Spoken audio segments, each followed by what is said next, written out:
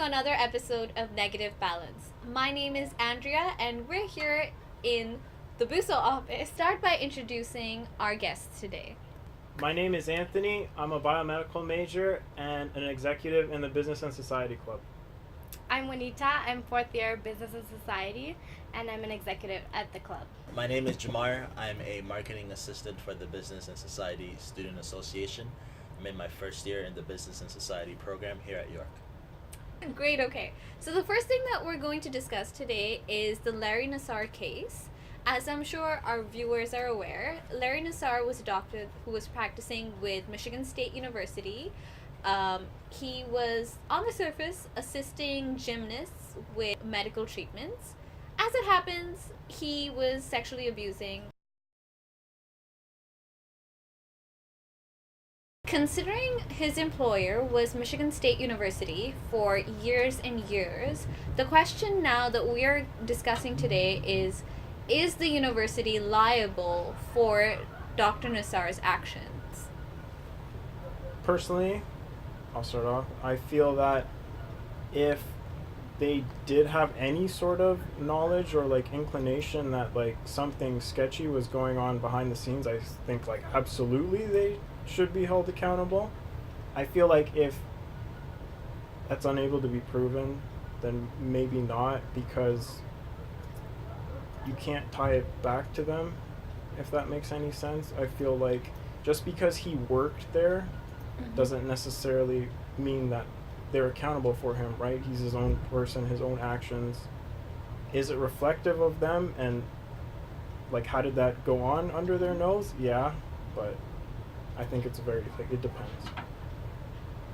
Right, okay, so considering the fact that universities like this one have procedures in place on what to do if there is sexual abuse or abuse of any kind on campus, right? So they usually have protocol in place, such as, first you go to campus security, and then you go to the police, and then so on and so forth, right?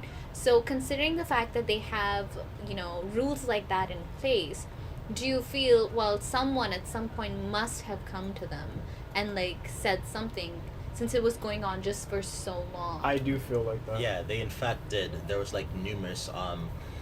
there's numerous points where they actually addressed the situation, but because the colleagues, they just didn't believe that Larry Nassar could actually do something like that. They didn't fathom it being an actual true claim. They thought it was perhaps the girls were just misinformed. I think one of the instances was that they thought that because he was a physician himself, that he had domain to kind of conduct an examination however he pleased. So if someone said he was touching me inappropriately, he can kind of just wave that off as saying that's just what doctors do. This is just a part of our protocol. So there actually is instances where there were complaints sent to the school. I'm not sure which faculty was involved, but there has been documented history where people are actually saying, even going back to the late 1990s, there's been concerns already within that community.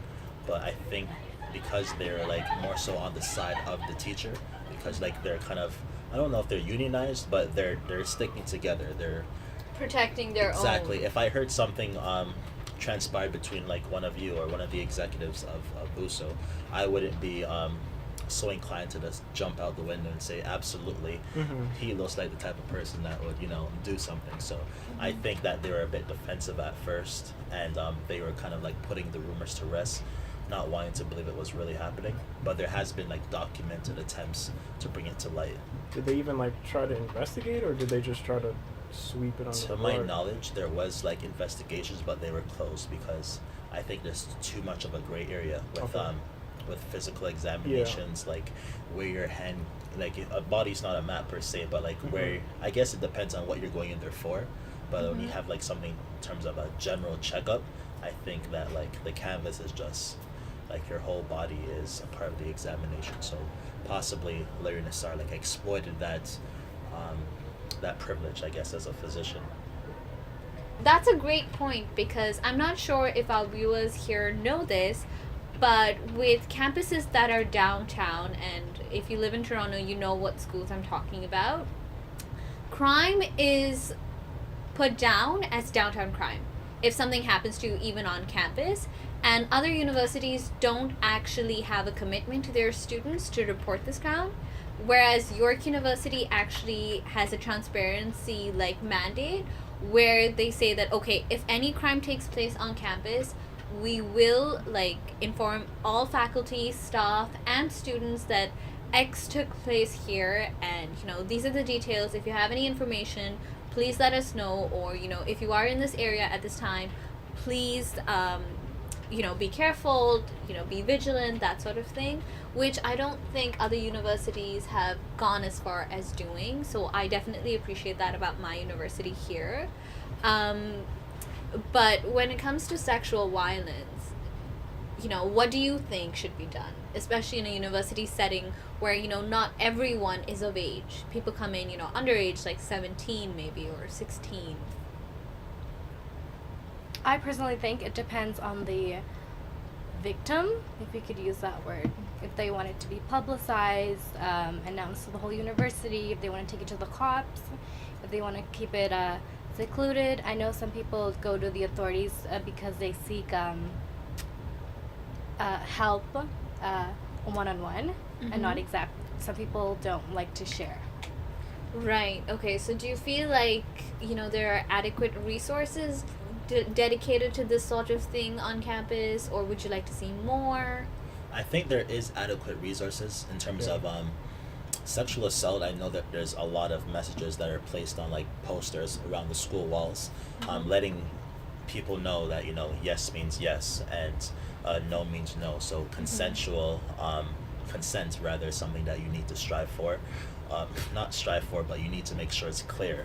And anything other than that is uncivilized, literally. But I think in the case of what happened at MSU, or what can even happen here in Toronto, is that there's people who are in positions of power that abuse that. I think there was something that happened back in September of last year, but it was just like brought into the courts this year, where there was an 18-year-old girl in Brooklyn, and she was raped by two plainclothes police officers. And you would never expect someone in like that official title to like commit such a heinous act.